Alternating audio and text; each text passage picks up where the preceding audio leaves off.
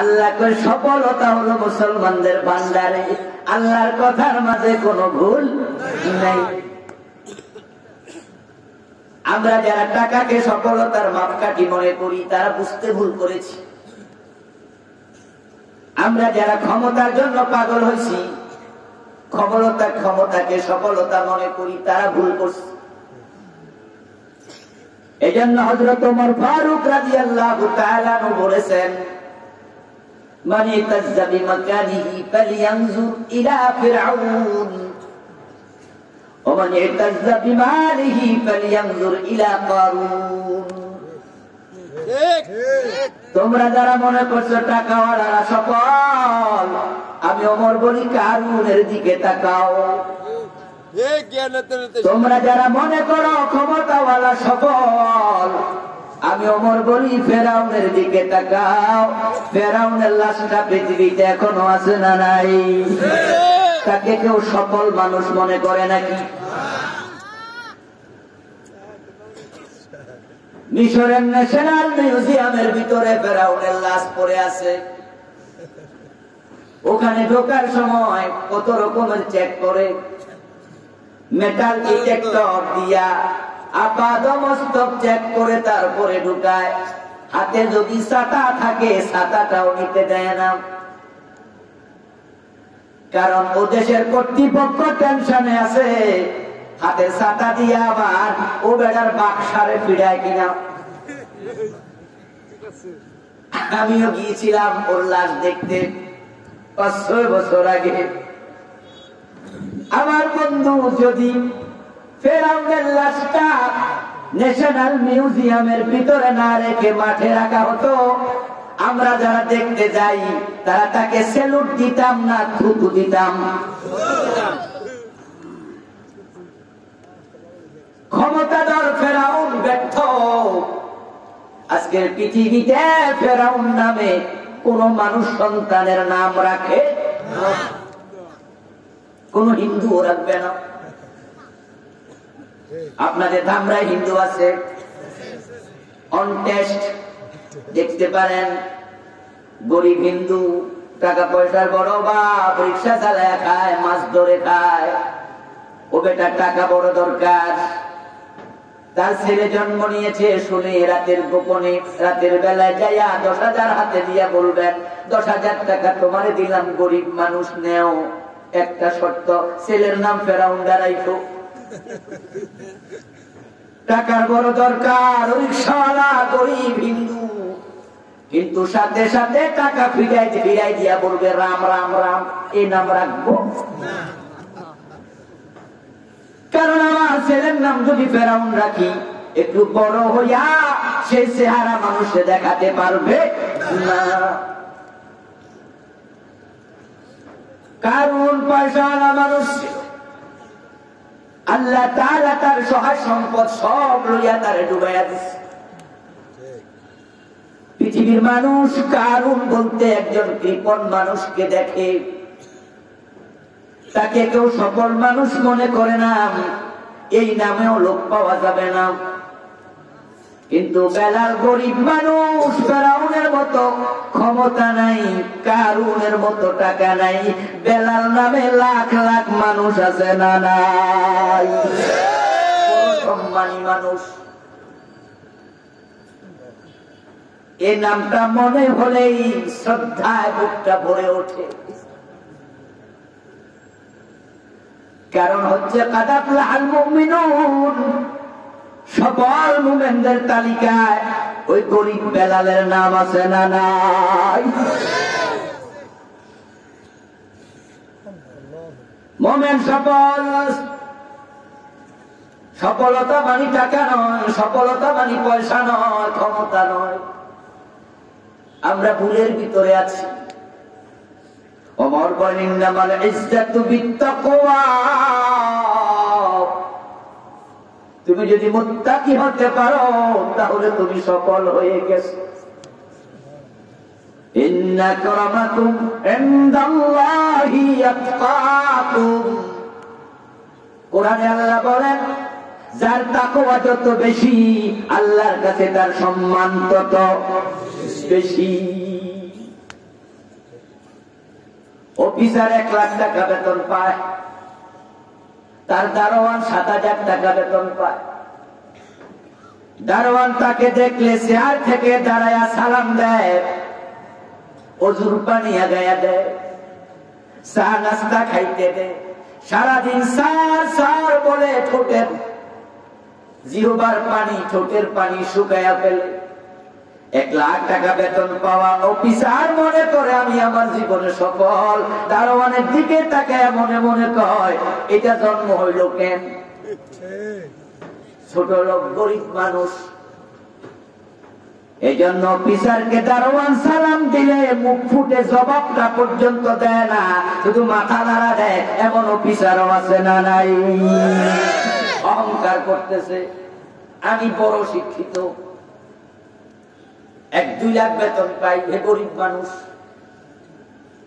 আল্লাহর কাছে সফলতা তোমার বেতনের অঙ্ক দিয়ে নিরূপিত হবে না, তাকওয়া দিয়ে নিরূপিত হবে, ইমানের স্ট্রেংথ দিয়ে, ইমানের বল দিয়ে নিরূপিত হবে। যদি সেই দারোয়ান মুত্তাকি হয়, আল্লাহর কাছে তার সম্মান অফিসারের চেয়েও বেশি।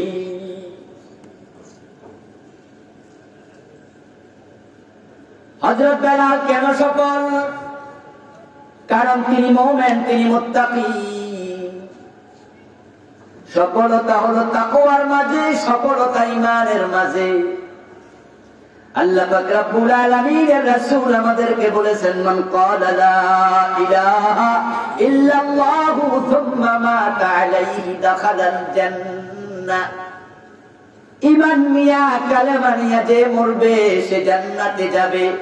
এই জান্নাতি হলো সফলতার নাম, যেটার তালিকার মাঝে, জান্নাতীদের তালিকায় মুমিন ছাড়া একটা কাফেরের নামও।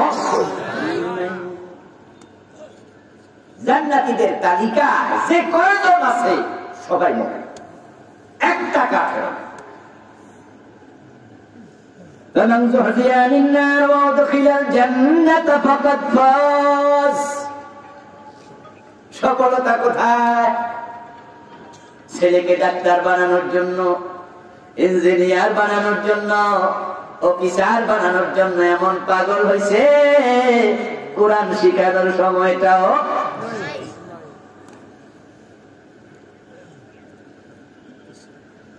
এতগুলো গাদা গাদা বই মুখস্থ করে ডাক্তার হয়েছে, ইঞ্জিনিয়ার হয়েছে, প্রফেসর হয়েছে। মুখস্থ দূরের কথা, আল্লাহর কোরআনটা দেখে দেখে পড়ে না, এমন বড় বড় শিক্ষিত আছে না নাই? ও মনে করছে বড় ডাক্তার হওয়া সফল, বড় ইঞ্জিনিয়ার হওয়ার নাম সফলতা। ঢাকা ইউনিভার্সিটির প্রফেসর, ভিসি, প্রো ভিসি, অমক অফিসের সচিব, মন্ত্রী সফল। ভুল, টোটাল ভুল। 1000 কোটি টাকা কামাই করে সফল মনে করো না নিজেকে দোস্ত। কারণ হলো শেষ রেজাল্ট রিকশাওয়ালার যেটা, তোমার হবে সেটা। চোখ বন্ধ হওয়ার পরে রিকশাওয়ালার সাথেও এক আনা নাই, তোমার সাথেও এক আনা। রেজাল্ট কিন্তু সমান। ওই রিকশাওয়ালা 3 কাপড়, কোটিপতি কয় কাপড়? রিকশাওয়ালার কবরে বিছানা চাদর নাই, কোটিপতির কবরও একই রকম, ওখানেও বিছানা চাদর নাই। 1000 কোটি টাকা অ্যাকাউন্টে থেকে যাবে, তুমি একা খালি হাতে যাবে। দেখা টাকা দেখো ভাই, কাপড়ের কাপড়ে কোনো পকেট নাই, সিস্টেমই নাই। আর ক্ষমতা চোখ বন্ধ হওয়ার সাথে সাথে শেষ। এখন আর হাত নড়ে না, পা নড়ে না, ঠোঁট নড়ে না। তোমার আঙ্গুলের ইশারায় কত কিছু হয়েছে, চোখ বন্ধ হয়েছে, এখন আঙ্গুলটাও আর নড়ে না। ক্ষমতা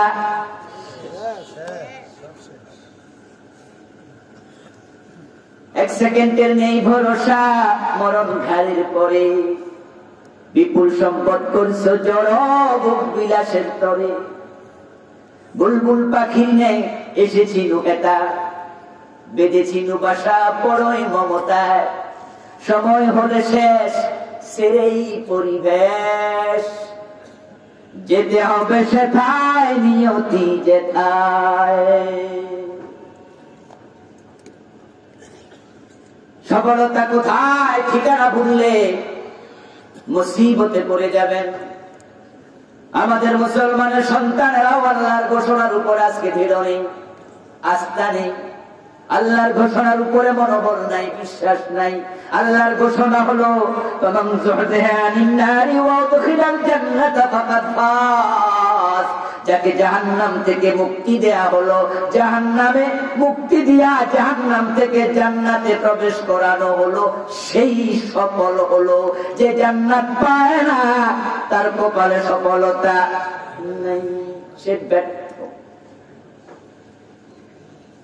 থাকার জন্য ঘর নাই, খাওয়ার জন্য খাবার নাই, পরিধান করার জন্য কাপড় নাই, রাস্তায় থাকে সেরা কাপড় পরে, ভিক্ষা করে খায়, পরের রিক্সা ভাড়ায় চালায়, ঝুপড়িতে থাকে, সরকারের দেয়া ছোট ছোট ঝুপড়ি বস্তি, আবার মাঝে মাঝে ধাক্কায় সরাই দেয়, গাছতলায় ঘুমায়। কিন্তু লোকটা যদি ইমানদার হয়, মুমিন হয়, সফলদের তালিকায় তার নামটা আছে না নাই? সেই সফল ঈমানওয়ালা। আর যদি বিঘা বিঘা জমিন থাকে, কোটি কোটি টাকা থাকে, পৃথিবীর সবচেয়ে বড় দেশের ক্ষমতা হাতে থাকে, এমপি হন, মন্ত্রী হন, প্রধানমন্ত্রী হন, প্রেসিডেন্ট হন, মুমিনের তালিকায় নামটা ঢুকাতে পারেন নাই, আপনার মতো হতভাগা ব্যর্থ পৃথিবীতে আর কেউ নেই। পয়সাওয়ালা ভাই বসে আছেন মাটিতে, অশিক্ষিত অফিসার আজকে মাটিতে বসে মাহফিল শুনতেছেন। কোরআন হাদিসের কথাগুলো কলবের ভিতরে ঢুকায় বাড়িতে যাবেন। আপনার টাকার নাম সফলতা নয়, আপনার ক্ষমতার নাম সফলতা নয়। অনেকে একটু ভালো বংশে জন্মগ্রহণ করলে মনে মনে ভাবে আমি মোটামুটি সফল, পাবলিক আমার চৌধুরী কয়। ভুইয়া সাহেব কেমন আছেন? মনে মনে কয় আমি কেডারি। হযরত ওমর বলেন, মানে তাযাবিনা সাবিহি ফালিয়ানজুর ইলা বিলাহাব। তোমরা যারা বংশের গর্ব করো, ভালো বংশে জন্ম নিয়ে নিজেকে মনে করো তুমি সফল, তুমি একজন কিছু, আমি ওমর বলি একটু আবু লাহাবের দিকে তাকাও। রাসূলের আপন চাচা কুরাইশ বংশের আবু লাহাব, আওয়াজ করে বলুন তো সফল না ব্যর্থ?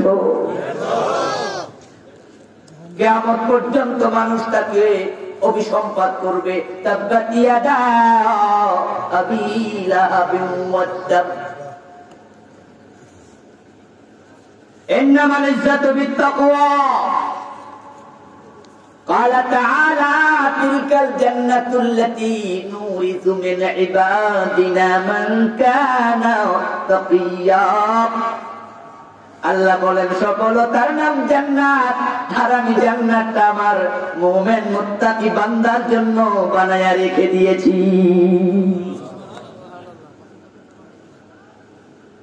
জান্নাতকে কেন সফলতা বলা হয়? দুনিয়ার টাকা পয়সা ক্ষমতাকে কেন সফলতা বলা হলো না? হযরত ওমর তো প্রেসিডেন্ট ছিলেন, অর্ধ দুনিয়া, আজকের ইটালি ওমরের সময় ছিল তার অধীনে। ইরাক, ইরান, বাহরাইন আমার বন্ধু হযরত ওমরের সময় বিজয়ী হয়েছে। অর্ধ পৃথিবী করেছো শাসন ধুলার তখ্তে বসে, খেজুর পাতার প্রাসাদ তোমার বারে বারে গেছে খসে। অর্ধ দুনিয়ার সম্রাট ক্ষমতাকে সফলতা বলল না, এর কারণ তিনি জানেন চোখ বন্ধ হলে ওই পথের কাঙ্গাল যেমন ক্ষমতাহীন, বাদশাহ ক্ষমতাহীন হয়ে যায়। এর সাথে জান্নাতের সফলতার কোনো সম্পর্ক নেই। আমার ভাইয়েরা পিছনে অনেকে দাঁড়ায় আছে, আপনারা যারা বসেছেন ভাইয়েরা দাঁড়ায় থাকে, এটা কি আপনারা চান? তাহলে দয়া করে একটু তাদের উপকার করুন, ফাঁকা জায়গাগুলো একটু ফিল আপ করে দেন মেহরবানি করে। একটু 30 সেকেন্ড আমরা নড়াচড়া করি। কোরআনে আল্লাহ বলছেন, যখন তোমাদের বলা হবে জায়গা প্রশস্ত করে দাও, তোমরা সেটা করিও, আল্লাহ জান্নাতে তোমাদের জায়গা প্রশস্ত করবে। সুবহানাল্লাহ। একটু নড়াচড়া করেন প্লিজ, একটু সামনে আগান।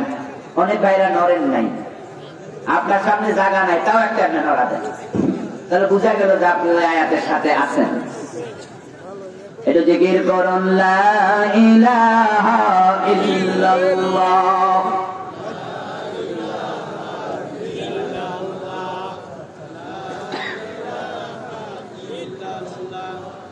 লা ইলাহা ইল্লাল্লাহ,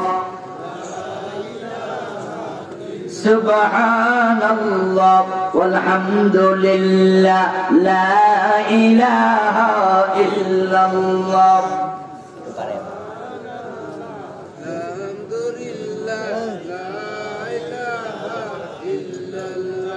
লা ইলাহা ইল্লাল্লাহ মুহাম্মাদুর রাসূলুল্লাহ।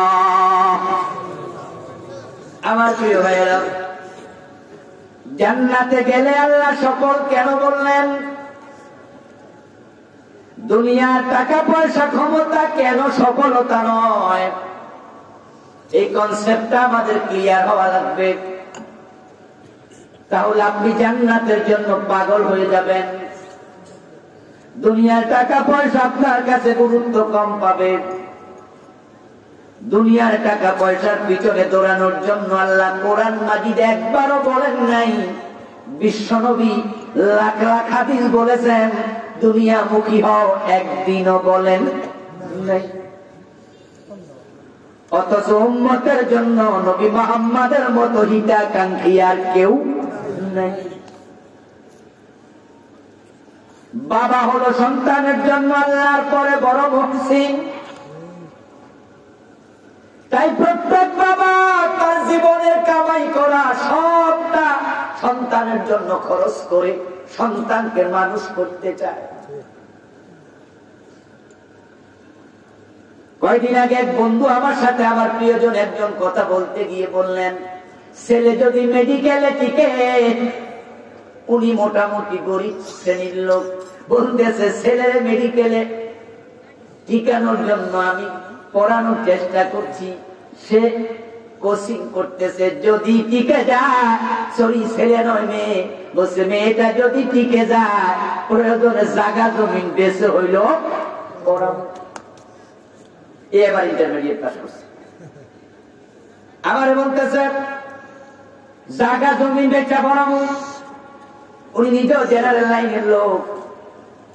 আমি শুনলাম আর মনে মনে ভাবলাম, বাবা সন্তানের কত হিতাকাঙ্ক্ষী, প্রয়োজনে জমিন বেচা লাগবে। আপনারা যারা বাবা আছেন, সন্তানের জন্য প্রয়োজন হলে জমিন বেচা লাগবে, এরকম চিন্তা আমাদের ভিতরও আছে না নাই? বাড়িঘর পর্যন্ত বেচে সন্তানকে পড়ায়, অসুস্থ হলে চিকিৎসা করায়, বড় মহসিন। বাবা তার সন্তানের জন্য যত দরদ, আল্লাহ এবং তার রাসূলের দরদ আমাদের জন্য এসে কম না আরো বেশি?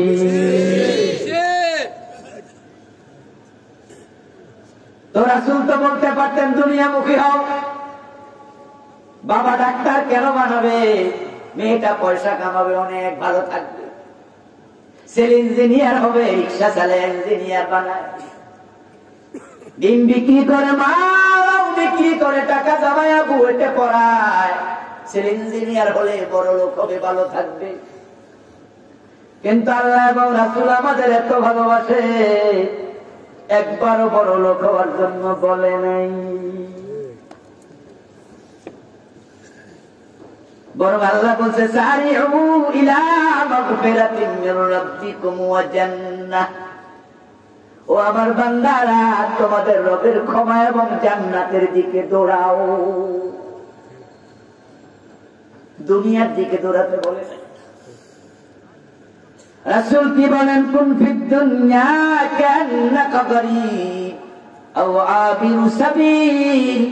দুনিয়া এমন ভাবে থাকো যেন তুমি মুসাফির। এই কথার অর্থ টাকা পয়সা ছেড়ে দিয়া, ক্ষমতা ছেড়ে দিয়া জঙ্গলে চলে যাবেন বৈরাগী হয়ে, তা মোটেও নয়। ইসলামে বৈরাগ্যবাদ। তাহলে আল্লাহ জান্নাতের দিকে দৌড়াতে বললেন, দুনিয়ার সাথে নিয়ে দৌড়ানো যায় নাকি? উত্তর হলো হ্যাঁ। দুনিয়ার প্রতিটা কাজ যদি রাসূলের দেখানো পন্থায় হয়, প্রতিটা কাজ জান্নাতের ওসিলা হয়ে যায়।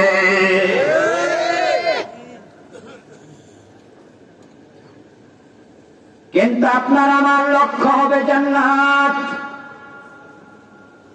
তাই যারা মেম্বার হয়, চেয়ারম্যান হয়, তাদের চিন্তা হবে আল্লাহ আমার ক্ষমতাটা দিছে, এখন আমি ক্ষমতা দিয়া মানব সেবা করব।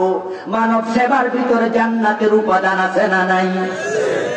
কুনতুম খায়রা উম্মাহ উখরিজাত লিন-নাস। মানুষের সেবা করলে জান্নাত মিলে। আপনি ডাক্তার হবেন, ইঞ্জিনিয়ার হবেন, মানব সেবা করবেন, জান্নাতের লক্ষ্য। মুমিনের জীবনের প্রথম কাজ। জান্নাতমুখী চলতে গিয়া এবার টাকা লাগবে, পয়সা লাগবে, চাকরি লাগবে, ক্ষমতা লাগবে, সব সাথে থাকবে। নৌকার তলার পানির মতো, নৌকা চলতে পানি লাগে, ওই পানি নৌকার তলায় থাকবে, নৌকার ভিতরে ঢুকতে দেয়া যাবে না। তাই দুনিয়াকে যদি লক্ষ্য বানাও, নৌকার তলার পানি নৌকার ভিতরে ঢুকলে যেমন নৌকা ডুবায়া দেয়, যারা আখিরাত ভুলে দুনিয়ামুখী হয়েছে, দুনিয়া তাকে জাহান্নামে নিয়ে ছেড়ে দেয়, পাগল বানায় ছেড়ে দেবে। টাকার জন্য ভাই ভাইয়ের খুন করে, আপন ভাইয়ের পেটে ছুরি ঢুকাইয়া দেয়, নিজের দলের লোককে ক্ষমতার জন্য গুলি করে দেয়, অন্য দল বাদ দেন। নিজের দলের লোক আপনার টাকা দিয়া ভাড়া দিয়া বাস্তাম লাগাইয়া ফেলে সরা, শুধু ক্ষমতার জন্য। অন্য দলের লোক শুধু ক্ষমতার নিয়তে, আর কারো নিয়ত নাই। ক্ষমতাটা পাকাপোক্ত করো, শুধু ক্ষমতার জন্য দোষ দিয়া, দোষ বানাইয়া, অপবাদ দিয়া ফাঁসি দেয়, এমন ঘটনাও আছে না নাই? জেলে দিয়েছে, জারে দিছে, দর্শনকারী বানাইছে, হত্যাকারী বানাইছে, যে মামলার রায় দিছে, যে মামলায় সাক্ষী দিছে, যারা মামলা করছে তারাও জানে সে দর্শনকারী হতে পারে না। কিন্তু ক্ষমতায় যাওয়ার পথে কাটা, তাই জেলে দাও, তাই ফাঁসি দাও। আপনি মুমিনকে হত্যা করছেন, আপনি জাহান্নামী। মান ইয়াকতুল মুমিনান মুতাআম্মিদান ফাজাযাউহু জাহান্নাম। কে বলছেন? ইচ্ছা করে যে মুমিন হত্যা করে, তার প্রতিদান ডাইরেক্ট দোজখ। قال النبي صلى الله عليه وسلم لو أن أهل السماوات والأرض اشتركوا في دم المؤمن لأكبهم الله في النار। নর হত্যা কত বড় গুনাহ! রাসূল বলেন, যদি আকাশ এবং জমিনের সব বাসিন্দা, আকাশের ফেরেশতারা, জমিনের মানুষেরা একজন মুমিনকে অন্যায়ভাবে হত্যা করে, আল্লাহ এতটা রেগে যান, ওই অপরাধে তাদের সবাইকে জাহান্নামে ফেলে দেবেন। কিন্তু ক্ষমতার মোহ আপনাকে পাগল বানিয়ে ফেলছে। ক্ষমতার জন্য মানুষ মারা আপনার জন্য কোনো ব্যাপারই। আপনি নামাজও পড়ছেন, রোজাও রাখছেন, কিন্তু অন্যায় ভাবে আরেকজনকে আপনি মেরে ফেলতেছেন। কি ভাবছেন আপনি? জান্নাতে তো মাগনা মিলে। মুসলমান, টাকার জন্য পাগল হইও না, ক্ষমতার জন্য পাগল হইও না, আল্লাহর জান্নাতের জন্য পাগল হও। দুনিয়ার টাকা, ক্ষমতা সফলতা নয়, এর কারণে এগুলো এতটা ক্ষণস্থায়ী, আজ আছে কাল নাই। ক্ষমতা আছে, একবারে ক্ষণস্থায়ী। এটা তো আমরা টাকলা মুরাদের দিকে তাকাই দিয়ে বুঝি, ঠিক কিনা? ঠিক কিনা? গতকাল কইছিল, আজকে কোথায়? কি আশ্চর্য জিনিস ক্ষমতা! আজ আছে,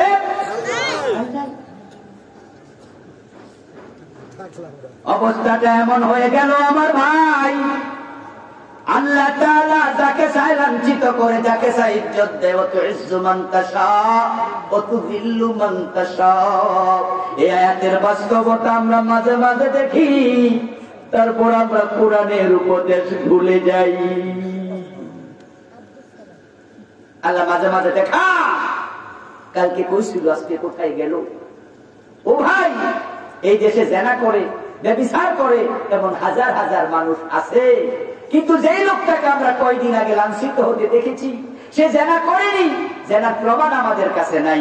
মাত্র মোবাইলে কইছে আইলে কিছুটা করবো, করছে কইছে, করার প্রমাণ তো আমাদের কাছে নাই, করেছি বলেও নাই, আইলে করবো। ও ভাই, একটুকু ফাঁস হওয়ার পরে সব চলে গেল, ইজ্জত সম্মান ধুলায় মিশে গেল, নিজের বউয়ের কাছে বড় চেহারা দেখাতে পারছে।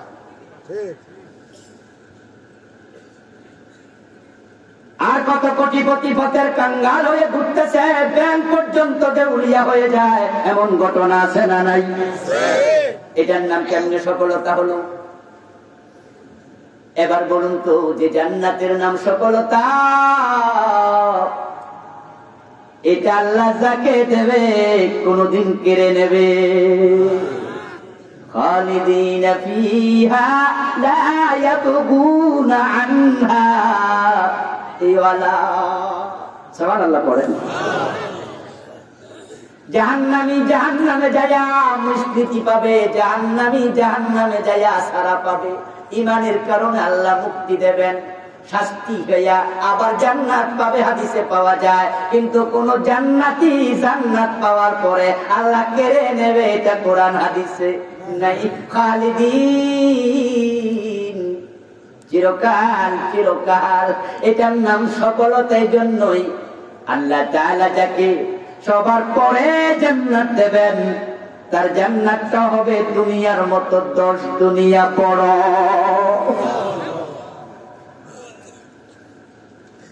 ঢাকার গুলশানে যদি কেউ 5 কাঠা জমি কিনে, সেখানে একটা 5 তলা 10 তলা বিল্ডিং বানায়, দুনিয়ার দৃষ্টিতে সে কি ব্যর্থ মনে করে নিজেকে না সফল? ধানমন্ডিতে যদি একটা 10 তলা বিল্ডিং থাকে 10 কাঠা জমির উপরে, সে নিজেকে কি মনে করে, ব্যর্থ না সফল?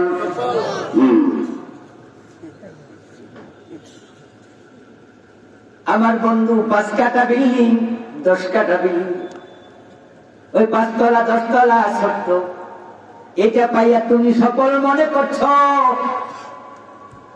আর জান্নাতীকে আল্লাহ সবচেয়ে বড় জান্নাত দিলে, যার পরে আর কাউকে দেবেন না, তাকে দেবেন দুনিয়ার মতো 10 দুনিয়া জায়গা।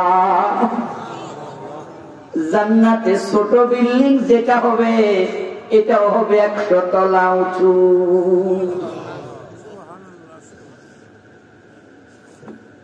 ইন্না ফিল জান্নাতি মিআতা দারাজা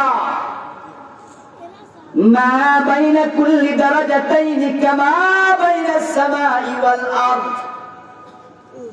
নিশ্চয় জান্নাতের মাঝে থাকবে 100 ফ্লোর, 100 স্তবক, এক একটা ফ্লোর তার এই তলা থেকে ও তলার ছাদ পর্যন্ত উচ্চতা হবে জমিন থেকে আকাশ পরিমাণ উঁচু।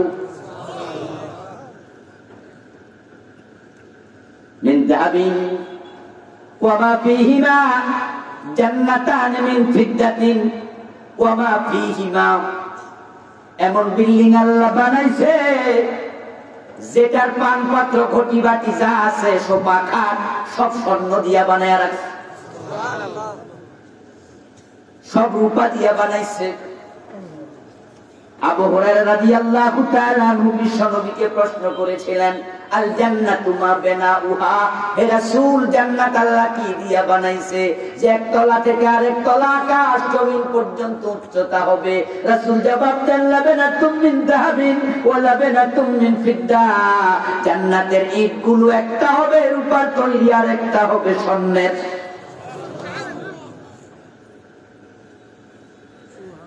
জান্নাতের গাছ গাছালি পর্যন্ত স্বর্ণের তৈরি। মা ফিল জান্নাতি মিন শাজারাতিন ইল্লা ওয়া সাকুহা মিন যাহাব। ও বন্ধু, সে জান্নাতের দিকে দৌড়ান, এটা সফলতার নাম। এখন জান্নাত পেতে হলে কাদ আফলাহাল মুমিনুন এই শব্দের ভিতরে বোঝানো হয়েছে মুমিনের তালিকায় নাম থাকা লাগবে। জান্নাতের আলোচনা আমি আরো আধা ঘন্টা করতে পারবো, 1 ঘন্টা করতে পারবো। শুনে সুবহানাল্লাহ বলবেন, লাভ দিয়া উঠবেন, কি মজা।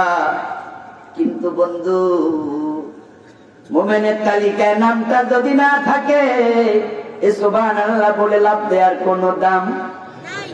বেল পাকলে কাকের কি।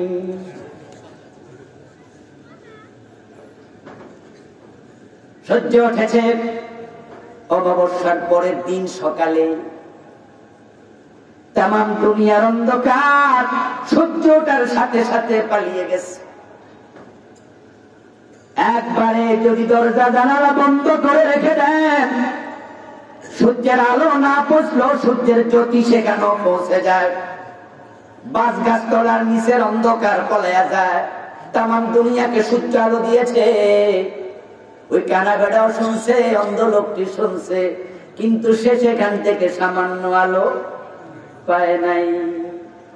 তো সূর্য দুনিয়াকে আলোকিত করলো, অন্ধের লাভটা কি?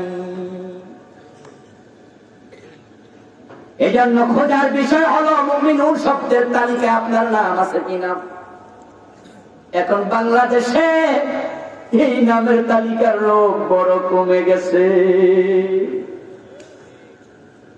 নামাজির তালিকা অনেকের নাম আছে, হাজি গাজী রোজাওয়ালা টুপিওয়ালা দাড়িওয়ালা তালিকা করলে নাম আছে অনেকের লাখ লাখ। কিন্তু মুমিনুনের তালিকার অবস্থা বড়ই খারাপ। হাজার হাজার টুপিওয়ালার ইমান নাই, হাজার হাজার দাড়িওয়ালার ইমান নাই, হাজার হাজার নামাজি হাজি গাজীর ইমান নাই। আপনাদের কাছে আমি একটু জানতে চাই, যারা কাদিয়ানি তাদের কি মসজিদ নাই? কথা বলেন না। তারা কি নামাজ পড়ে না? ঈমান আছে তো? মসজিদে যায় আল্লাহর সিজদা দেয়, আবার দরবারে গিয়ে পীরের পায়ে দেয়, এমন মুসল্লিও আছে না নাই? লোকের ঈমান আছে তো?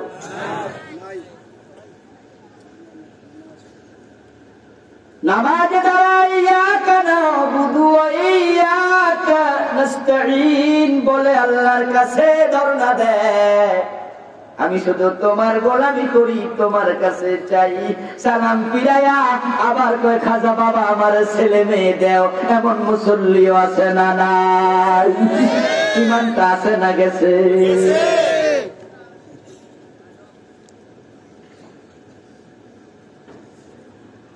মসজিদে যখন মানুষ বলে, ইমাম বলে আল্লাহর আইনে মসজিদ চলবে, রাসূলের সুন্নাহ মোতাবেক নামাজ পড়া লাগবে, কারো আপত্তি নাই।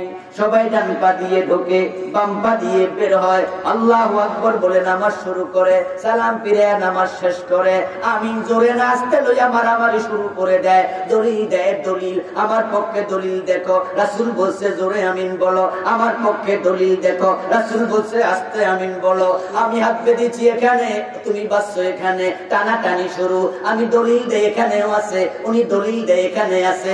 রাসূলের দলিলের বাইরে কেউ নামাজ পড়ে না, কোরআন হাদিসের বাইরে চলে না মসজিদে। ওই মুসল্লি যখন আদালতের চেয়ারে হাকিম হইয়া বসে, কোরআন হাদিসের আলোকে একটা মামলার রায় দেয় না।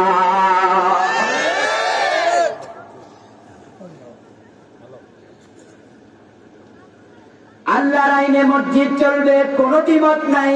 সভাপতিও কইছি, সেক্রেটারিও কইছি, ইমাম বলছে আল্লাহর আইনে মসজিদ চলবে। যদি আমি মাগরিব 3 রাকাতের জায়গায় 2 রাকাত করে সালাম ফিরাই, আমারও লোকমা দিতে হবে। আমার আইনও মসজিদ চলবে না। ইমাম হইলে কি হইছে? মসজিদ চলবে আল্লাহ এবং তার রাসূলের বিধানের আলোকে।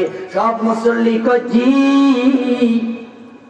হুজুর যদি বলে মসজিদ আল্লাহর আইনে চলবে, সংসদ ভবন সে আল্লাহর আইনে চলা লাগবে, আদালত চলা লাগবে। এখন মুসল্লি দুভাগ হয়ে যায়, এক ভাগ বলে জি হুজুর ঠিক কইছেন, আরেক ভাগ বলে হুজুর রাজনীতি শুরু করছে। এটা ভালো হুজুর? এক জায়গায় আল্লাহর আইন মানবেন আর এক জায়গায় মানবেন না, ঈমান কেমনে থাকবে?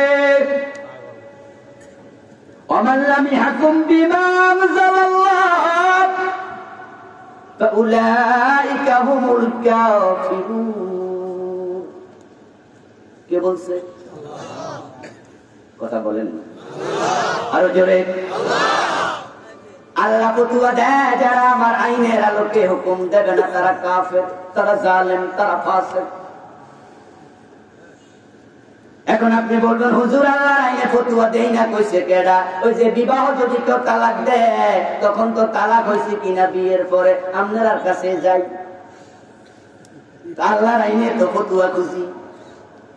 কিন্তু যখন চোর ধরা পড়ে হাত কাটবেন না, জেলে দেবেন, তখন আলেমদের দরকার নাই, তখন ব্রিটিশ আইনের কাছে দৌড় মারে। يقولون نؤمن ببعض ونكفر ببعض يريدون أن يتخذوا بين ذلك سبيلا أولئك هم الكافرون حقا।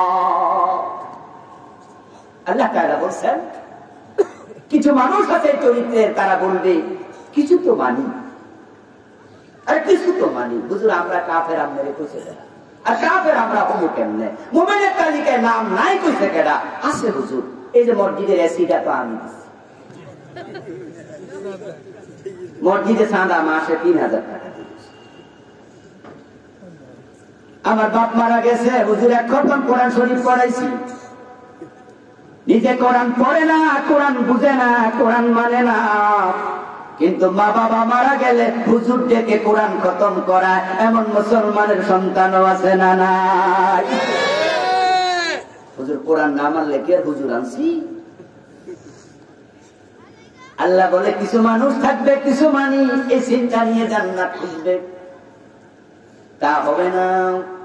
কিছু মানি না, মাঝামাঝি রাস্তা নাই, মানলে সব মানো, না মানলে দূরে সরো, অর্ধেক মেনে জান্নাত পাওয়া যায় না। ফামান শাআ ফালিউমিন ওয়া মান শাআ ফালিয়াকফুর ইউরিদুনা আন ইয়াত্তাখিযু বাইনা যালিকা সাবিলা। তারা মাঝামাঝি রাস্তা অনুসন্ধান করে, উলাইকা হুমুল কাফিরুনা হাক্কা। আল্লাহ কয় তারা বাস্তবে কাফের, তারা মুমিন হতে পারে।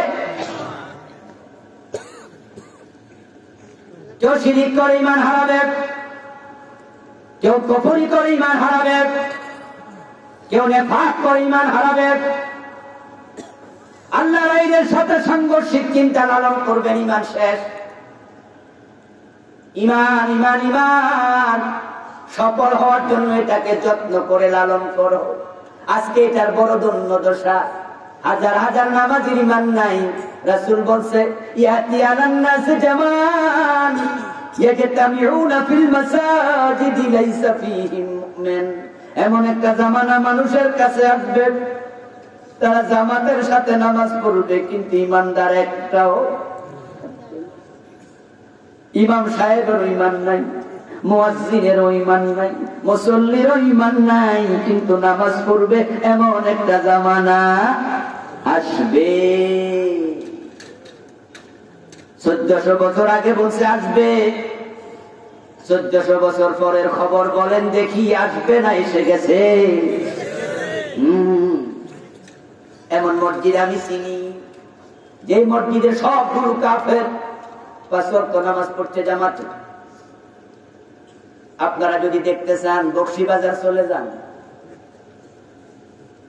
মাদ্রাসা বোর্ডের পাশে আল্লামা কাশগরি হল ঢাকা আলিয়ার, তার পাশে দেখবেন আহমদিয়া মুসলিম জামাতের মসজিদ, কাদিয়ানীদের মসজিদ, ইমাম ও কাদিয়ানী, মুয়াজ্জিন, মুসল্লি, জামাতে নামাজ পড়ে ইমানদার কয়জন? রাসূলের হাদিসের মেজদাক কিভাবে মিলে গেল? আমার দোস্ত, এমন একটা জামানা আসবে ইসবিহুর রাজুলু মুমিনা ফায়ুমসি কাফিরা। সহিহ মুসলিমের হাদিস। প্রিয় নবী বলেন, মানুষ সকাল বেলায় মুমিন থাকবে, সন্ধ্যা বেলায় কাফের হয়ে যাবে। জটিল সময় এসে গেছে, সাবধান। মুসলমান তালিকায় থাকবে, বাস্তবে থাকবে না। ইয়াতি আলান নাসি জামান লা ইয়াবকা মিনাল ইসলামি ইল্লা ইসমুহু। ইসলাম থাকবে না, শুধু নামটা থাকবে। আব্দুল্লাহ আব্দুর রহমানের অভাব হবে না, সব জায়গায় মুসলমান। সচিব মুসলমান, কিন্তু সচিবালয় ইসলাম দিয়ে চলবে না। মন্ত্রী হবে মুসলমান, মন্ত্রণালয় ইসলাম দিয়ে চলবে না। বিচারপতি মুসলমান, আদালত ইসলাম দিয়ে চলবে না। টিউনু সাহেব মুসলমান, উনার অফিস ইসলাম দিয়ে চলবে না। ওসি সাহেব থাকবেন মুসলমান, তার অফিস ইসলাম দিয়ে চলবে না। শিক্ষামন্ত্রী হবে মুসলমান, তার শিক্ষানীতি ইসলাম দিয়ে চলবে না। স্বরাষ্ট্রমন্ত্রী হবে মুসলমান, পররাষ্ট্রমন্ত্রী হবে মুসলমান। মুসলমানের অভাব হবে না, কিন্তু তাদের মাঝে ইসলাম পাওয়া যাবে না। এমন একটা জামানা আসবে। আসবে না? আসবে না, এসে গেছে। শিক্ষামন্ত্রী মুসলমান, কিন্তু শিক্ষা মন্ত্রণালয়ের অবস্থা দেখেন। আল্লাহু আকবার, আল্লাহু আকবার। মাদ্রাসাগুলো, এগুলোকে ওরা শিক্ষানীতি দিয়ে ইসলাম বানায় নাই। এদেশে মাদ্রাসা বানাইছে কারা? আলেম ওলামারা। সাসিনার পীর, সোনাকান্দার পীর, ধামতির পীর, সেঙ্গুলার পীর, আড়াইবাড়ির পীর। একজন বড় আলেম পীর ছিল, যেখানে একটা মাদ্রাসা হয়েছে, সেখানে আলেম ওলামারা পকেটে টাকা খরচ করে আজ থেকে ৭৩-৭২ বছর পরে শরীফবাগ মাদ্রাসা বানাইছে কারা? ইসলাম ওলামা। কলিজা ইসলামের ভালোবাসা ছিল। কিন্তু ইসলামের মাদ্রাসার বাহিরে যান, primary, high school, college, university, class 1 থেকে MA পাস করে এমন সিলেবাস বানাইছে। MA পাস করার পরে দেখে দেখে কোরআন তেলাওয়াতটাও শিখা হয় না। এমন সিলেবাস বানাইছে, 1 থেকে MBBS শেষ করলো, বাবার জানাজার নামাজের ইমামতি করবে যোগ্যতাটাও। এমন ইঞ্জিনিয়ারিং বিশ্ববিদ্যালয় বানাইছে, ফার্স্ট ইয়ার থেকে লাস্ট ইয়ার পর্যন্ত। ও বন্ধু, কত রকমের এলেম শিখাইলো। কেমনে 10 তলা ভবনের ডিজাইন আঁকবে শিখাইলো, কেমনি ইলেকট্রিসিটি চলবে শিখাইলো, কম্পিউটার বিজ্ঞান শিখাইলো। কিন্তু মসজিদে ইমামতি করার জন্য কি যোগ্যতা লাগে? বাবা মরলে জানাজার নামাজটা কেমনে পড়ানো লাগে? ওযুর 4টা ফরজ, নামাজের 13টা আরকান আহকাম। ফার্স্ট ইয়ার থেকে লাস্ট ইয়ার পর্যন্ত কত সাবজেক্ট পড়াইলো, কোরআন হাদিসের 1 নাম্বারও পড়ানো হলো না। এমন সিলেবাস বানাইলো। শিক্ষামন্ত্রী মুসলমান, শিক্ষানীতিতে ইসলাম কই? এখন কি হয়েছে? এখন হয়েছে বছর একবার মাহফিল, শরীফবাগ মাদ্রাসা মাহফিল করবে। আর আমরা যারা কলেজে পড়ছি, স্কুলে পড়ছি, ইউনিভার্সিটি পড়ছি, আমরা মাহফিলে গিয়ে মাঠে বসবো, হুজুররা ইসলাম শিখাবে, আমরা শুনবো। কিন্তু বাস্তবতা তো ভিন্ন। মাহফিল গুলোতে তো ইসলাম শেখানো হয় না, মাহফিলে তো ইসলাম শিখতেও আসে না। আমি ইসলাম শিখাতে আসিনি। ইসলাম যদি আমি শিখাতে আসতাম, তাহলে আমার দায়িত্ব ছিল আপনাদেরকে সবার আগে সূরা ফাতিহা মুখস্থ করানো দরকার, নামাজের 13টা ফরজ শেখানো দরকার, ওযু কেমনে করে শেখানো দরকার। এগুলো হচ্ছে ফরজ। এই যে ওয়াজ করতেছে, এগুলো তো নফল। যদি আমি এখন এই নফল ইমোশনাল ওয়াজগুলো না করে ইসলামের ব্যাপারে কিছু দিক নির্দেশনা দেয়া, এটাই হলো মাহফিল। এখানে ইমোশন দেয়া হবে, আবেগ দেয়া হবে, আপনি নিজে পড়া লাগবে। আমরা যদি সূরা ফাতিহা এখন নষ্ট করি, শ্রোতা থাকবো নি। ওনারে ঢাকাতে সূরা ফাতিহা শিখাইতাম, হুজুর পড়ো শিখানো শুরু করি, পিছতে আস্তে আস্তে উঠবো। আমার বন্ধু কান খুলে শুনুন, হাজার হাজার ঘন্টায় ওয়াজ শোনাচ্ছে সূরা ফাতিহা বিশুদ্ধ করে শিক্ষা করার গুরুত্ব। এটা ইসলামের ফাউন্ডেশন। তোমার পেলে বসে আছেন, আপনি মনে করবেন ইসলাম শিখে ফেলছেন, মোটেও না। এই জন্য আল্লাহ তাআলা কোরআনের প্রথম মেসেজ দিয়েছেন ইকরা। ইকরা অর্থ কি? শোনো না পড়ো। বলেন ইকরা অর্থ কি? আল্লাহ পড়তে বলছে। বাংলাদেশের লোকেরা সিলেবাসে এখন কোরআন হাদিস পড়ে না, বছর একবার মাহফিল শোনে, 2 বার শোনে, 5 বার শোনে। আমার প্রিয় ভাই, এমন জামান আসবে ওয়ালা ইয়াবকা মিনাল কুরআন ইল্লা রাসূলু।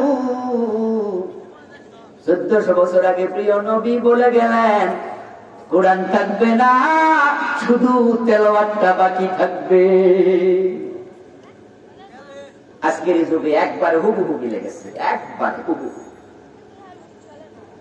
রমজান মাস আসলে 2 খতম, 3 খতম, 5 খতম, 10 খতম তেলাওয়াত চলছে। মসজিদ গুলোতে তারাবির নামাজ হচ্ছে, বাবা ঠেলা ঠেলি। পাশের গ্রামের মসজিদে খতম তারাবি হইলে আমরা কি হাফেজ সাহেব ধরে নিয়ে আসো, বেতন কত লাগে প্রয়োজন আমি একা দিয়ে দিব। খতম চলছে, খতম। কোরআন পড়ছে, চোর ধরে হাত কাটো, তেলাওয়াতে আছে। এটা যে সমাজে দরকার, আদালতে দরকার, কারি সাহেবও বুঝে না, শ্রোতারাও সবাই তেলাওয়াতে আছে। কোরআনে তেলাওয়াত থাকবে, আইন থাকবে না। আমাদের সংসদে যখন অধিবেশন বসে, টেলিভিশনে দেখবেন কারি কোরআন তেলাওয়াত করতেছে, কি চমৎকার। কোরআন তেলাওয়াত দিয়ে অধিবেশন শুরু হলো। যেই সংসদে তেলাওয়াত আছে, ওখানে আল্লাহর কোরআনের একটা আইন পাস হয় না। তেলাওয়াত আছে, আইন থাকবে না। মাসাজিদুহুম আমিরা, মসজিদ লোক শূন্য হয়ে যাবে, রাসূল বলেন নাই মসজিদে লোক থাকবেন, ওহিয়া খারাবুম মিনাল হুদা, কিন্তু হেদায়েত থাকবে না। কি সুন্দর মিলে যায় বাংলাদেশের মসজিদগুলোর সাথে। এই দেশে হাজার হাজার মসজিদে এখন হক কথা বলা যায় না। হক কথা যে ইমাম বলে, ইমামের চাকরি থাকে না। সভাপতি সুদ খায়, ওই মসজিদে সুদের ওয়াজ বন্ধ।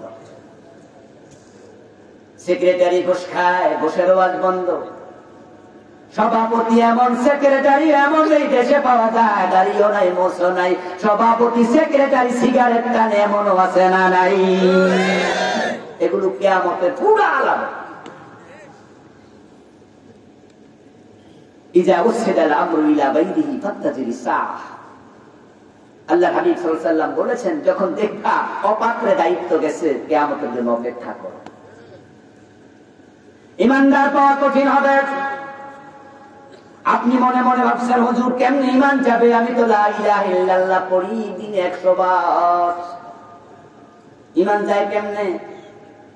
আমি বলবো, দোস্ত, লা ইলাহা ইল্লাল্লাহ পড়লে যদি মুমিন হওয়া যেত, গিরিশচন্দ্র সেন কি দোষ করছে? এই বই, এই তাফসীর, আপনার এই কোরআনের অনুবাদ যখন গিরিশচন্দ্র করে, লা ইলাহা ইল্লাল্লাহ পড়ে নাই, লিখে নাই, ভাবে নাই, গবেষণা করে নাই, মুমিন হয়েছে তো? লা ইলাহা ইল্লাল্লাহ আপনি বলবেন উনি তো নিজে নিজে পড়ছে, হুজুরের কাছে তো পড়ে নাই। আমরা তো মক্তবে হুজুরের কাছে পড়ছি। মুসলমান হওয়ার জন্য ধামরাই থেকে আমাকে ফোন দিছে 1 মাস আগে। আপনাদের ধামরাই থেকে ফোন দিয়ে এক ভদ্রলোক বলল যে উনি কালেমা পড়তে চায়, হুজুর আপনার কাছে ঢাকায় আসবে। আমি বললাম, কালেমা পড়তে ঢাকায় আসা লাগবে, আমার কাছে বাসা লাগবে। আপনি মুমিন হবেন তো? জি। তাহলে এখনই পড়েন, 10 মিনিট বাঁচবেন, তার গ্যারান্টি। ঢাকা পর্যন্ত আসার পথে মরে গেলে, অ্যাক্সিডেন্ট করে, অথবা কাফের হয়ে মারা যাবেন। কালেমা পড়ে মুমিন হয়ে যান, করেন আমার সাথে। আমার বন্ধু, কালেমা পড়লে মানুষ মুমিন হয়, এটাই সত্য কথা। কিন্তু রাসূলের হাতে আব্দুল্লাহ ইবনে উবাই কালেমা পড়েছিল, কিন্তু মুমিন হতে পারেনি। আব্দুল্লাহ ইবনে উবাই কালেমা পড়লো বিশ্ব নবীর হাতে, আর আমরা পড়ছি মক্তবের হুজুরের কাছে। আব্দুল্লাহ ইবনে উবাই মারা গেল, তার জানাজার নামাজের ইমামটা কে হলো? সহিহ বুখারীতে কিতাবুত তাফসিরে দেখুন, সূরাতুত তাওবার একটি আয়াতের ব্যাখ্যা এসেছে। হযরত ওমর ফারুক বলেন, রাসূলুল্লাহ আব্দুল্লাহ ইবনে উবাই জানাজার নামাজের ইমামতির জন্য যাচ্ছিল, আমি শুনে বললাম, ইয়া রাসূলুল্লাহ, এর মতো জালেমের জানাজার নামাজের ইমামতি আপনি করেন না। আল্লাহর হাবিব বলেন, ওমর ছাড়ো, তার ছেলে এসেছিল, আমি তাকে ওয়াদা দিছি। ওর ছেলে আমার কাছে এসে বলেছিল, হুজুর আব্বা তো মারা গেছে, জানাজার নামাজটা একটু আপনি পড়ান। আমি বলছি, দেড়শোকে যাও, গোসল করাও, আসতেছি। আমি তো ওয়াদা দিছি। আল্লাহ হাবিব রওনা দিলেন, হযরত ওমর পিছন দিয়ে জামা টেনে ধরল, হুজুর যাবেন না। বিশ্বনবী বলেন, ওমর জামা ছাড়ো। আল্লাহ হাবিবের জামা হযরত ওমর ছেড়ে দিয়ে আবার বলেন, ইয়া রাসূলুল্লাহ, আপনাকে থামানোর অধিকার আমার নাই, কিন্তু আমি একটু বলতে চাই, শুনুন। ওই জালেমের জন্য যতই দোয়া করেন, আল্লাহ দোয়া কবুল করবে। আল্লাহর হাবিব বলেন, ওমর, ওই আসা আমার কাছে ফতুয়া দাও, তুমি ঘটনাটা কি, তুমি জানলা কেমনে? হযরত ওমর বলেন, ইয়া রাসূলুল্লাহ, আপনি তো কোরআন থেকে শুনিয়েছেন, আল্লাহ তাআলা বলেন, ইস্তাগফির লাহুম আও লা তাস্তাগফির লাহুম, ইন তাস্তাগফির লাহুম 70 মাররাতান ফালান ইয়াগফিরাল্লাহু লাহুম। আল্লাহ তাআলা বলেন, তার জন্য, তাদের জন্য, মুনাফিকদের জন্য ক্ষমা না চাওয়া না চাওয়া সমান। 70 বার চাইলো আল্লাহ ক্ষমা করবে না। আমি এজন্যই কইতাছি, রাসূল বলেন, ওমর, আমি 70 বারের বেশি তার জন্য ক্ষমা চাইব। রাহমাতুল লিল আলামিন মুনাফিকের জন্য ক্ষমা চাচ্ছে। কত দয়ার সাগর, কাফেররে ক্ষমা করে দেয়। লা তাসরিবা আলাইকুমুল ইয়াউম, বিদায় হজের দিন এই কথা বলে সব শত্রুরে ক্ষমা করে দিছে। কাফেররে ক্ষমা করে দেয়, মুনাফিকরে ক্ষমা করে দেয়। কিন্তু আমরা সে নবীর উম্মত দাবি কইরা ক্ষমা তো করি না, উল্টা অপবাদ দিয়া জেলে দিয়া দেই, হত্যা করি, ফাঁসি। আবার আমরা আশা করি জান্নাত পাবো। রাসূলের সাথে চরিত্রের মিল কোথায়? আল্লাহ হাবিব জানাজার নামাজ পড়ালেন। আব্দুল্লাহ ইবনে উবাই জানাজার ইমাম নবী মুহাম্মদুর রাসূলুল্লাহ সাল্লাল্লাহু আলাইহি ওয়াসাল্লাম। আমরা তো যদি কাবার ইমাম বাংলাদেশে আসে সফরে, বাইতুল মুকাররমে একদিন জোহর পড়ালো, ওদিন কারো লাশ বাইতুল মুকাররমে নেওয়া হলো। ও বেটা, ওই লাশের জানাজার নামাজের ইমাম ভাগ্যবশত কাবার ইমাম পড়ালো ইমামতি করে। এখন তার ছেলে মেয়ে আত্মীয় স্বজনরা মনে মনে কয়, বাহ, জান্নাত ঠেকায় কে? বাহ বাহ বাহ, কাবার ইমাম জানাজার নামাজ পড়েছে। ও দোস্ত, রাসূল ইমাম আব্দুল্লাহ ইবনে উবাই জানাজার নামাজে, নামাজ শেষ। আব্দুল্লাহ ইবনে উবাই ছেলের নাম ছিল আব্দুল্লাহ, তিনি ভালো মুমিন ছিলেন। বিশ্বনবীর কাছে গিয়ে বলেন, ইয়া রাসূলুল্লাহ, আমার বাবার আমল কেমন আপনি জানেন, আমিও জানি। অবস্থা তো ভালো না, কবরে কি হবে বুঝি। তবে আমি ছেলে, আমার তো সয় না, যদি আপনার গায়ের জামাটা খুলে দিতেন, আমার বাবার লাশটাকে আপনার জামা পেঁচায়া কবরে রাখতে চাই। মনে মনে ভাবছেন, রাসূলের জামার ওসিলায় আল্লাহ যদি মাফটা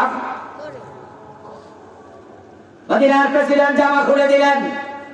সুবহানাল্লাহ বলবেন, আল্লাহু আকবার বলেন। ভাইয়া কত উদার, উদার আমার প্রিয় নবী। আহা, আর আমরা কোথায় গেছি? আমরা হুজুররা হুজুরদেরকে কাফের বানাইয়া দিতেছি, ফাসেক বানাইয়া দিচ্ছি, ফতুয়া দিয়ে ইসলাম থেকে খারিজ করে দিচ্ছি। রহমত নাই, দয়া নাই, ভালোবাসা নাই। আল্লাহর হাবিবের জামার মাঝে আব্দুল্লাহ ইবনে উমর লাশ জড়ানো হলো। প্রিয় নবী ওর মাথাটাকে রানের উপরে রাখলেন, দেখে মুখ থেকে থুতু বের করে ইবনে উবাইর গালের মাঝে, কপালের মাঝে থুতু মেখে দিলেন। রাসূলের পবিত্র লালার ওসিলায় যদি কবর আযাব বন্ধ। এবার কবর দেওয়া হলো, মাটি সমান করে দিল। জিবরিল হাবি হাজির, কোরআনের আয়াত নিয়ে জিবরিল আমিন আল্লাহ পাঠাইছে, আমার রাসূলের কাছে খবর দিন, ওয়ালা তুসাল্লি আলা আহাদিন মিনহুম মাতা আবাদা ওয়ালা তাকুম আলা কবরিহি ইন্নাহুম কাফারু বিল্লাহ।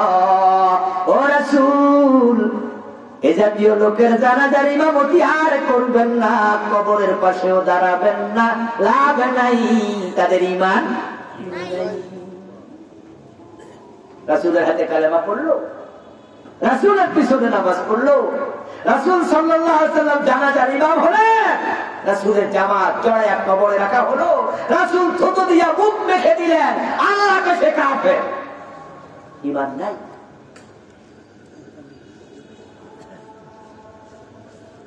গিরিশচন্দ্র সেন কালেমা পড়েছে কোরআন লিখতে গিয়ে, ঈমান কেন নাই? কাদিয়ানী কালেমা পড়লো, নামাজ পড়ে 5 ওয়াক্ত, ঈমান কেন নাই? ওই ভণ্ড পীরের পায়ে সেজদা দিল লোকটা, নামাজও পড়ে, ঈমান কেন নাই?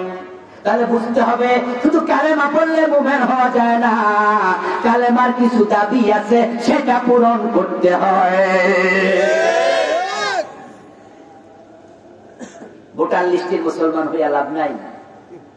ঈমান খুব দামি জিনিস, খুব ইম্পর্টেন্ট জিনিস। এটা আল্লাহর কাছে এত দামি, এত দামি, পৃথিবীতে ঈমানওয়ালা একজন যদি থাকে কিয়ামত হবে না, একজনের কারণে হবে না, শুধু একজন। যেদিন কিয়ামত হবে সেদিন জিবরিল থাকবে, ইসরাফিল থাকবে, আজরাইল থাকবে, আকাশ জমিন, আরশ, কুরসি, লৌহে মাহফুজ, কাবা, বাইতুল মুকাদ্দাস সব থাকবে যেদিন কিয়ামত হবে। কিন্তু মুমিন থাকবে না। মুমিন থাকলে কিয়ামত হতো না। قال النبي صلى الله عليه وسلم لا تقوم الساعة ولا أحد يقول الله الله رواه مسلم। একজন আল্লাহ আল্লাহ বলার মতো লোক থাকবে। এই আল্লাহ আল্লাহ বলতে জিকিরকারী বোঝানো হয় নাই, ঈমানদার বোঝানো হয়েছে। কারণ বাংলাদেশে জিকির করে ঈমান নাই এমন জিকিরওয়ালা আছে। আরে ভাই কেমন আছেন? এই কথার জবাবে হিন্দু ভদ্রলোক কয় আলহামদুলিল্লাহ ভালো আছে। এমন হিন্দুর সাথে আমার পরিচয় আছে। এটাকার ফার্ম থেকে আমি জানতাম না ভদ্রলোক হিন্দু। একটা হোটেলের মালিক, হোটেল মালিক রুটি রুটি বানায়, ভাতটা রান্ধে না। তো ভদ্রলোকের দোকানে আমি প্রায়শই সকালবেলা নাস্তা করতাম। আমি সাভারে থাকতাম, ফার্মগেট নেমে নাস্তা করে মাদ্রাসায় ঢুকতাম। ওনার সাথে আমার খুব ভালো সম্পর্ক, উনি হোটেলের মালিক। তো আমি গেলেই সালাম দিত, অগ্রিম সালাম। আমি সালাম দিতে পারছি এমন খুব কম মনে পড়ে, আগে সালাম দিয়ে দিত। তো আমি জিজ্ঞাসা করতাম কেমন আছেন? আলহামদুলিল্লাহ ভালো আছি। আপনি কেমন আছেন? ভালো আছি। হরমোন জনিত কারণে ভদ্রলোকের মাথায় চুল ওঠে না, তো মুখে দাঁড়িয়েও নাই। এখন তো হরমোন জনিত কারণে চুলও নাই, টাকওয়ালা, মুখে দাঁড়িয়ে নাই। এখন আলহামদুলিল্লাহ বলার পরে তো মুসলমান না মনে করে থাকার কোনো সুযোগই নাই। একদিন দেখি ভদ্রলোকের চেয়ারে এক ব্যক্তি বসে আছে, ওদিন উনি নাই। হোটেলের ম্যানেজার বা কোনো দায়িত্বশীল, তার কোলে এক ভদ্রলোক, ছোট্ট বাচ্চা বসা। আমি উনাকে বললাম যে বাচ্চা কি নাম? এটা কার বাচ্চা? নাম করলো হিন্দু। বাচ্চা কার? আমার একটা দাদা। আমি কই হই দাদা? দাদারা কেনা? ও মা, আপনার লোক তো কত বালা সম্পর্ক, আপনি এখন দাদা কেনা? আমি আটকে উঠলাম। আরে যেই লোক আমার সালাম দেয় আলহামদুলিল্লাহ ভালো আছি, হে যে দাদা, আমি তো টের পাই না। আমার বন্ধু কাফের, আল্লাহ আল্লাহ জিকির করেও লাভ নাই। ইমানদার হও, ইমানদার। কি ভাববেন আলহামদুলিল্লাহ বললে যদি মোমেন হওয়া যেত? আবু তালেব থাকতো বড় মোমেন। বিশ্বনবী নবুয়ত পাওয়ার 15 বছর আগে আবু তালেব বিশ্বনবীকে বিয়ে দেন মা খাদিজার সাথে। উনি ছিলেন নিজে বিয়ের ঘটক। নবুয়তের 15 বছর আগে মা খাদিজাকে যখন বিয়ে দেয় আবু তালেব বিশ্বনবীর সাথে, বিয়ের পরে আবু তালেব নিজে খুতবা পড়েছে। ওই খুতবাটা ইতিহাসের বইতে সোনালী অক্ষরে লেখা হয়ে আছে। ওই খুতবাটা আবু তালেব শুরু করেছিলেন আলহামদুলিল্লাহ বলে। আলহামদুলিল্লাহিল্লাযী জাআলানা মিন যুররিয়্যাতি ইব্রাহিম وزرع إسماعيل وجعل لنا بلدا حراما وبيتا محجوزا وأن محمد بن عبد الله لا يؤذن به فتى من قريش إلا رجع به بركة وفضلا وعدلا। রাসূলের নবুয়তের 15 বছর আগে আবু তালেব কয় সমস্ত প্রশংসা কার? যিনি আমাকে ইব্রাহিমের বংশধর বানাইছে। বাহ বাহ বাহ, ইব্রাহিমের বংশধর হইয়া খুশি। ইব্রাহিম মূর্তি পূজা করছিল না? তো তোমরা 360 মূর্তি কেন ঢুকাইছো কাবার ভিতরে বাইরে? ইসমাঈল, ইব্রাহিমের ছেলে ইসমাঈলের পক্ষের আমি সন্তান। ও আল্লাহ তোমার প্রশংসা। ইব্রাহিমের বংশধর হইয়া কি লাভ? ইব্রাহিমের চিন্তা লালন না করো। ইব্রাহিম ছিলেন মূর্তি বিরোধী, আর তোমরা 360 মূর্তি কাবার ভিতরে বাহিরে ঢুকাইছো। ইব্রাহিমের সন্তান পরিচয় দিয়ে মুমিন হওয়া যায় না। ইব্রাহিমের মতো ঈমান তৈরি করা লাগবে।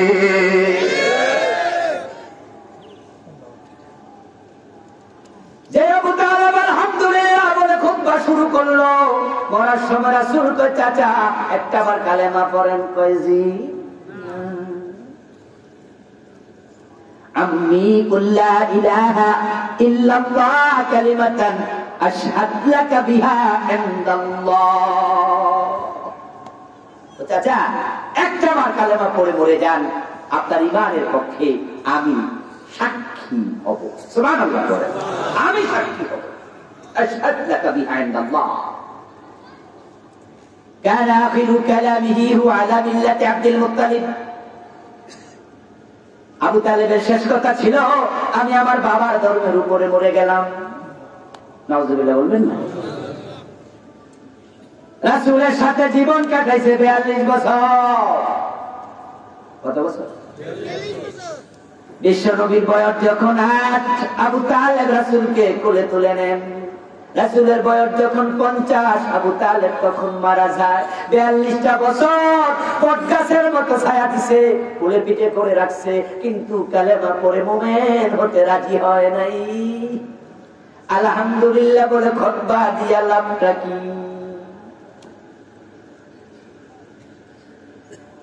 ও বন্ধু, আপনি বলবেন হুজুর আমি তো আল্লাহর কাছে দোয়া করি, আল্লাহ আল্লাহ বলি, আমি কেমনে কাফের হব? আমি বলবো দোস্ত, যদি রব রব বললে মুমিন হওয়া যেত, শয়তানের দোষ কি? আল্লাহ শয়তানকে ফতোয়া দেয় আবা ওয়াস্তাকবারা ওয়া কানা মিনাল কাফিরিন। শয়তান কাফের, অথচ শয়তান বলতেছে রব্বি ফানজিরনি ইলা ইয়াউমি ইউবাতুন। ও রব আমারে কিয়ামত পর্যন্ত হায়াত দাও। এই রব বলে দোয়াটা করছিল কাফের হওয়ার পরে, আগে কিন্তু না। আদমরে সিজদা দিল না। আল্লাহ বললেন ফাখরুজ মিনহা ফাইন্নাকা রাজিম, বেরিয়ে যা, কি অভিশপ্ত।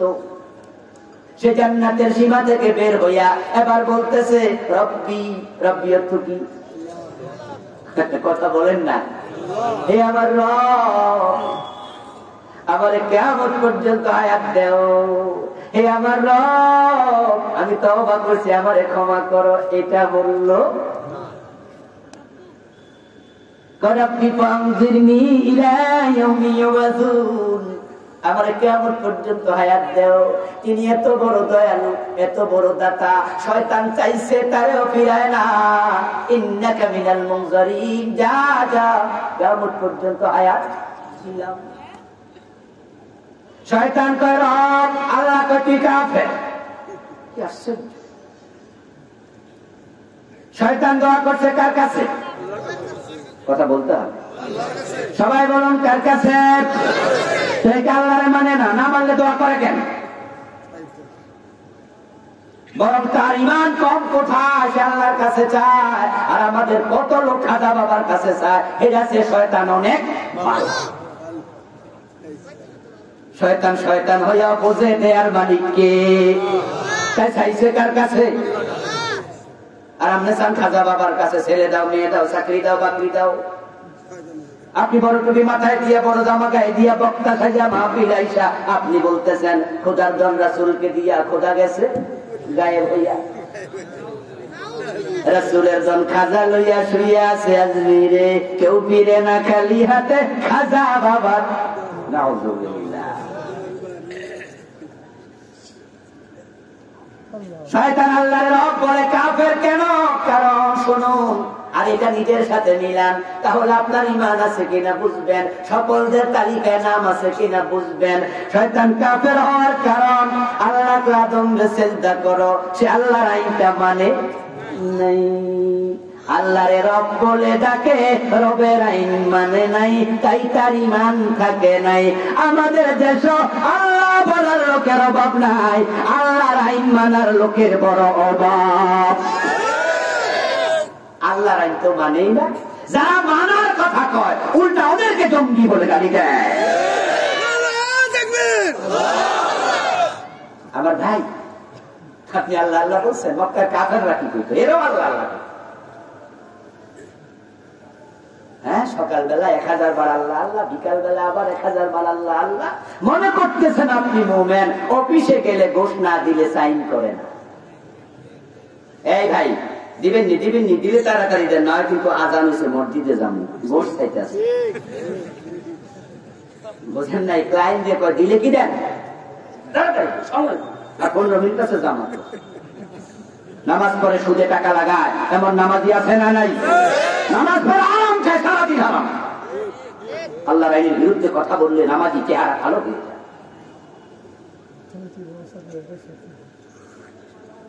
কাদিয়ানি কাফের হলো কোরআনে 4 অক্ষর না মানার কারণে, শয়তান কাফের হলো আল্লাহর একটা আইন না মানার কারণে। আর আপনি ডজন ডজন আইন মানেন না।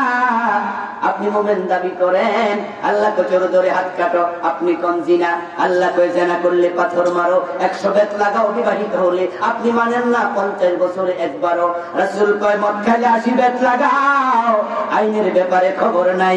নবী মুহাম্মদ বলেন, আমার মেয়ে ফাতেমা চুরি করলে তার হাতটাও আমি কেটে দেব।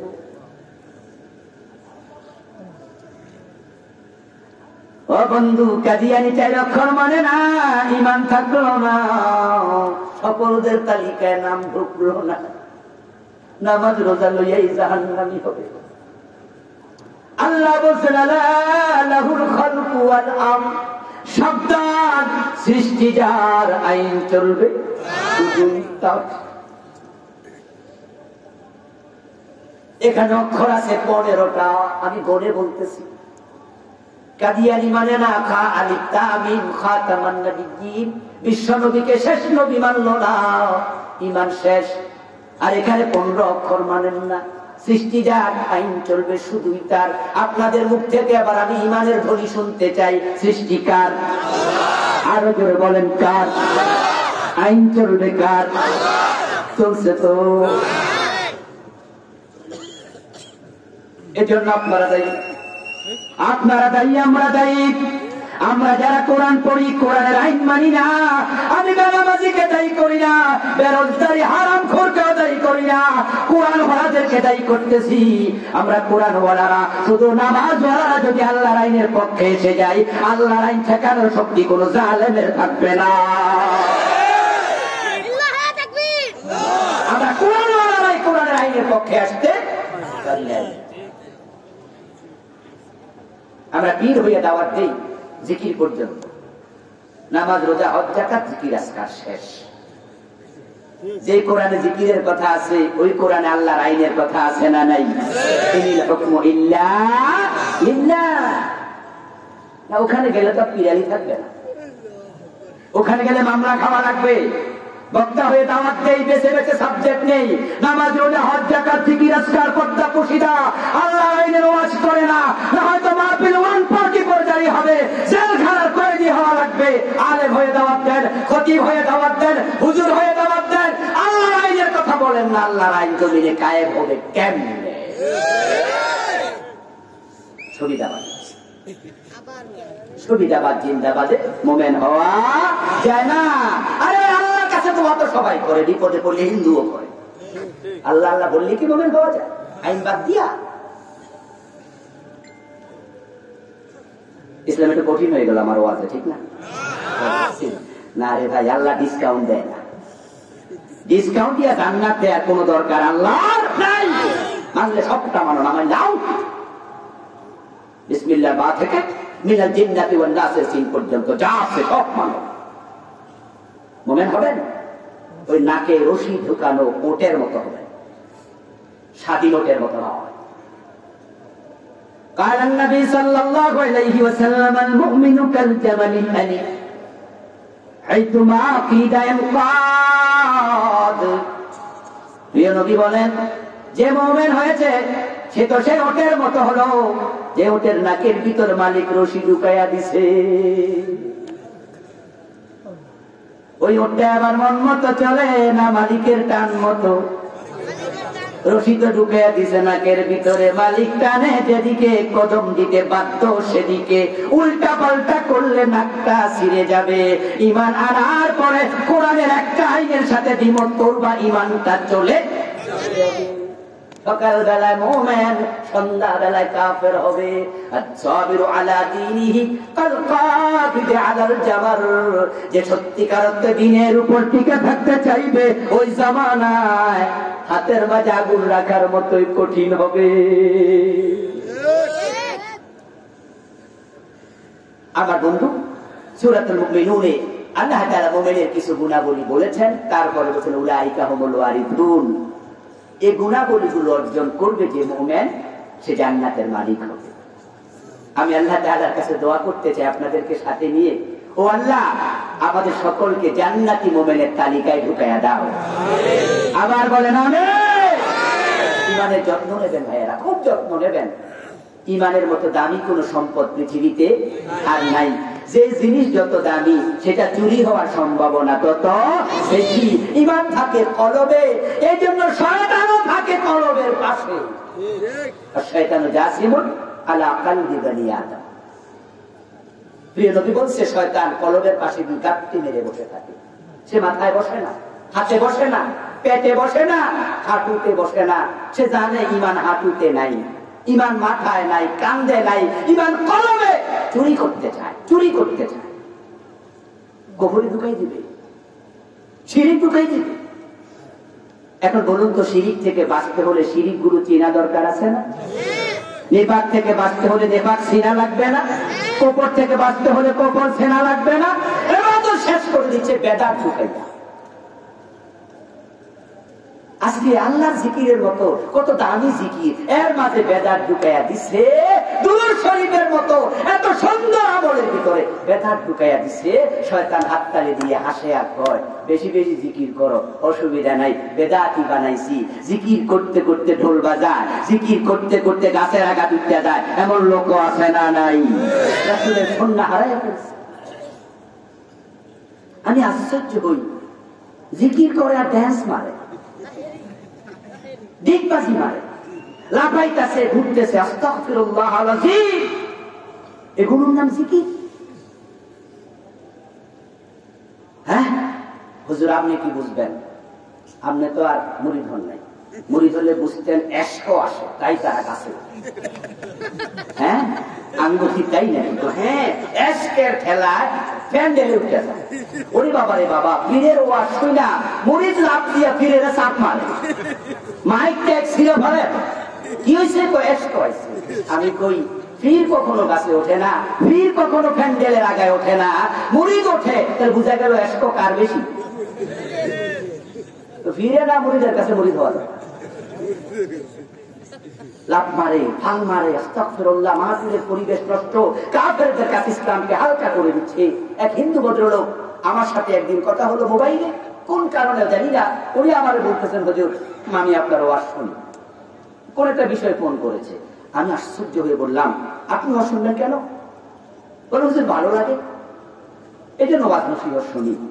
আমি তার কথা থেকে একটি শিক্ষা নিলাম, হায় হায় হায় হায়, তাহলে আজকে মিডিয়ার কারণে, ফেসবুকের কারণে, ইউটিউবের কারণে আমরা আলেমরা যে এখানে লাফালাফি দফাদফি ফালাফালি করি, হিন্দুদের কাছে এগুলো চলে যায়, বৌদ্ধদের কাছে চলে যায়, খ্রিস্টানদের কাছে চলে যায়, ইসলাম হাসির খোরাক হয়ে যায়।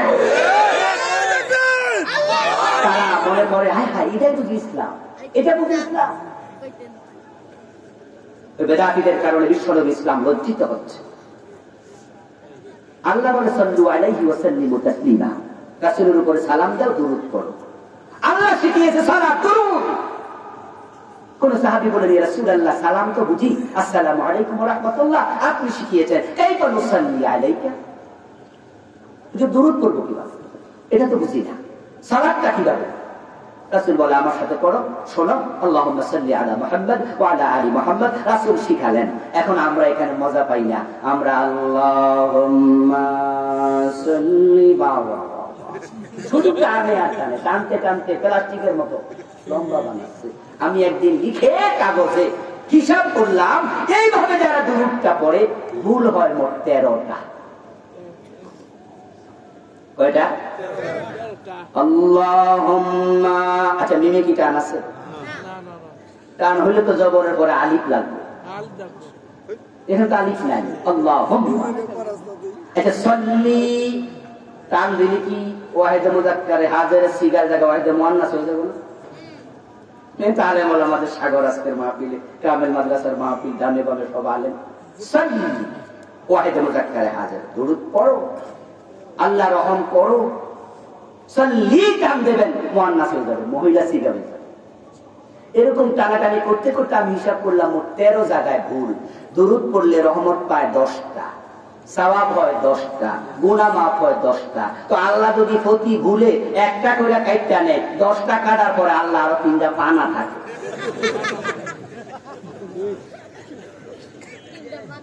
বেদাত ঢুকাইয়া শয়তান আমল শেষ করে দিচ্ছে।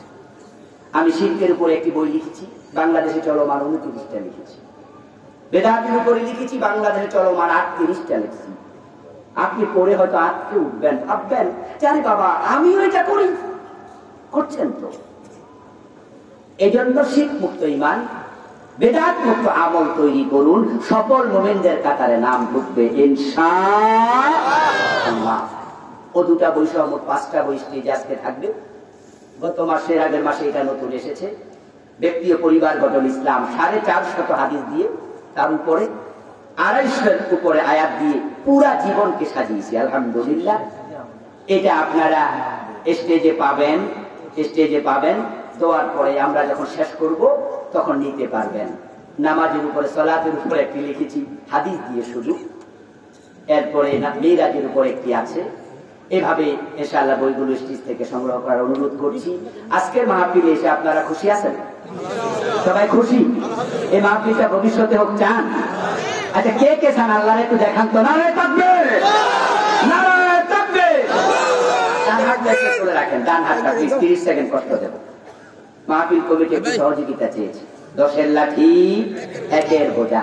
ডান হাতটা তোলাইছি এই কারণে এটা পকেটে ঢুকবে, তবে মানুষ বেশি আছে, অন্যের পকেটে নয়, ভুলে আবার অন্যদিকে যেন না যায়।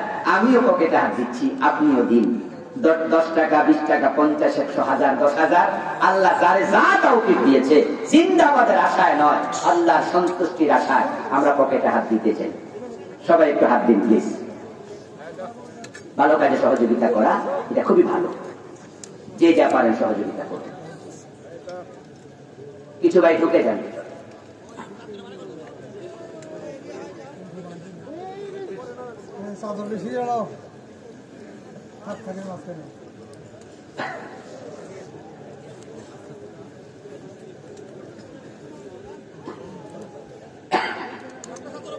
যে যে যা পারেন সহযোগিতা করুন।